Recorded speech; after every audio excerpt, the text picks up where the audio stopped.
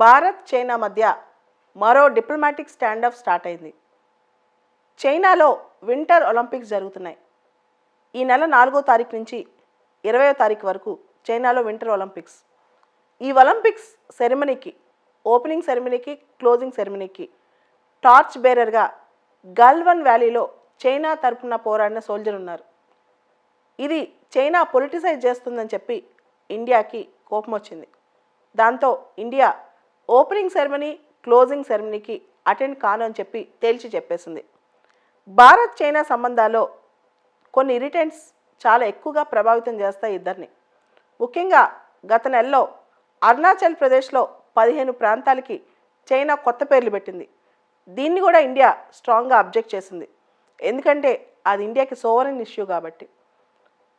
గత 3-4 సంవత్సరాలుగా అనేక అంశాలు, ఉదాహరణకి 2017 సంవత్సరంలో డోక్లామ్ దగ్గర Bharat, Bhutan, China tri junction ఏరియాలో 73 రోజుల పాటు ఒక స్టాండ్ ఆఫ్ అయింది డోక్లామ్ దగ్గర చైనా రోడ్డు కడుతూ. అదేవిధంగా మన సిపిఈసి అనే concept, China Pakistan academic corridor అనే కాన్సెప్ట్లో పిఓకే, పాక్ ఆక్యుపైడ్ కాశ్మీర్లో చైనా ఒక రోడ్డు కడుతుంది గిల్గిట్ బల్తిస్తాన్ రీజన్లో. యాక్చువల్గా గిల్గిట్ బల్తిస్తాన్ రీజన్ భారత్ది, పాకిస్తాన్ దాన్ని ఆక్యుపై చేస్తే చైనా దాని మీద నుంచి China Pakistan academic corridor construct చేస్తుంది. వీటన్నిటిపైన ఇండియా సోవరెన్ రైట్స్ ఉన్నాయి. ఇప్పుడు అవన్నీ ఎఫెక్ట్ అవుతున్నాయి. ఇదే ఇండియాకి మేజర్ ఇరిటెంట్ చైనాతో. ఇప్పుడు మనందరికి తెలుసు 2020 మే జూన్లో ఇండియా చైనా మధ్య ఘర్షణ గాల్వన్ వ్యాలీ దగ్గర వెస్ట్రన్ సెక్టర్లో. అయితే ఈ పుండు ఇంకా మానకముందే మళ్ళా చైనా అక్కడ పోరాడే సోల్జర్ని తీసుకొచ్చి టార్చ్ బేరర్గా పెట్టడం వింటర్ ఒలింపిక్స్కి నిజంగా ఇది పొలిటికల్ ఇష్యూ అని చెప్పొచ్చు. చైనా దీన్ని పొలిటిసైజ్ చేస్తుందని కూడా చెప్పొచ్చు. భారత్ చైనా సంబంధాలకు వస్తే ఆయన ఒక పెద్ద కోట్ చెప్పారు, India China relations are defined by geography and developed through history అని. అంటే భారత్ చైనా సంబంధాలు భౌగోళికంగా నిర్దేశించబడినవి, చారిత్రాత్మకంగా పెంపొందించబడినవి అని చెప్పి. ఆ తర్వాత మనందరికీ తెలుసు కమ్యూనిస్ట్ చైనా 1949లో ఏర్పాటైందని. అండ్ 1954 చివరిలో, అంటే 55లో మనం పంచశీల ఒప్పందం చేసుకున్నాం చైనాతో అని.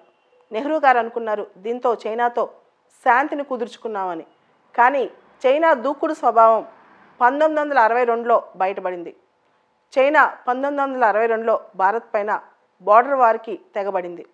ఆ తర్వాత 1988 వరకు ఇండియాకి చైనాకి డిప్లొమాటిక్ కట్ ఆఫ్స్ పూర్తిగా అయిపోయాయి. 1988లో మన రాజీవ్ గాంధీ గారు, అప్పుడు ప్రైమ్ మినిస్టర్, చైనాకి మళ్ళా విజిట్ చేశారు. 1962 తర్వాత 1988లో ఇన్ని సంవత్సరాల గ్యాప్ తర్వాత మళ్ళీ ఇండియా చైనాతో డిప్లొమాటిక్ టైస్ అనేవి మన ప్రధాని వెళ్ళటం స్టార్ట్ అవటం జరిగింది. ఆ తర్వాత మనందరికీ తెలుసు భారతదేశంలో 1991 ఎల్పిజి ఎరా, చైనా కూడా 1979 నుంచి టేక్ ఆఫ్ అయిందని. అట్లా భారత్ చైనా మధ్య ట్రేడ్ బాగా పెరిగిపోతుంది, సత్సంబంధాలు బాగా పెరిగిపోతున్నాయి, అంతా బాగుంది. కానీ చైనా ఇప్పటికి కూడా భారతదేశంలోని 90,000 స్క్వేర్ కిలోమీటర్ల అరుణాచల్ ప్రదేశ్ మొత్తం అదే అంటది చైనా. అయితే ఆల్రెడీ పాకిస్తాన్ సహాయంతో చైనా వెస్ట్రన్ సెక్టర్లో ఆక్సాయ్ చీన్ ఏరియాని దాదాపు 35 నుంచి 38,000 కిలోమీటర్లని అప్పుడే లాగేసుకుంది చైనా. ఇప్పుడు ఎంటర్ అరుణాచల్ ప్రదేశ్ నాదే అంటది. భారత్ చైనా మధ్య పీస్ మరియు కాన్ఫిడెన్స్ బిల్డింగ్ మెజర్స్ కోసం 3 ఇంపార్టెంట్ అగ్రిమెంట్స్ కుదిరాయి. ఒకటి 1993లో చాలా important agreement on peace and tranquility across borders. రెండోది 1996లో agreement on confidence building across LAC, line of actual control. మూడోది 2005లో agreement on political parameters and guiding principles for settlement of India China border question. ఇలా 3 agreements, ఒకటి 1993, రెండోది 1996, మూడోది 2005 ఈ 3 కుదిరాయి. ఇవన్నీ ఉన్నప్పటికీ ఇండియా చైనా మధ్య బార్డర్ ఇష్యూస్ మాత్రం సాల్వ్ అవ్వట్లేదు. చైనాకి దాదాపు 18 సరిహద్దు దేశాలతో సరిహద్దు వివాదాలు ఉన్నాయి భారతదేశంతో సహా. చిన్న చితక దేశాలను కూడా చైనా వదిలిపెట్టట్లేదు.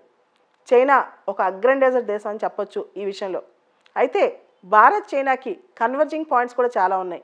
బ్రిక్స్లో, షాంఘై కోఆపరేషన్ ఆర్గనైజేషన్లో, G20లో, ఇలా అనేక RICలో అనేక అంశాల్లో ఇండియా చైనా కన్వర్జ్ అవుతున్నాయి. ఈవెన్ WTO రిఫార్మ్స్లో, క్లైమేట్ చేంజ్ టాక్స్లో.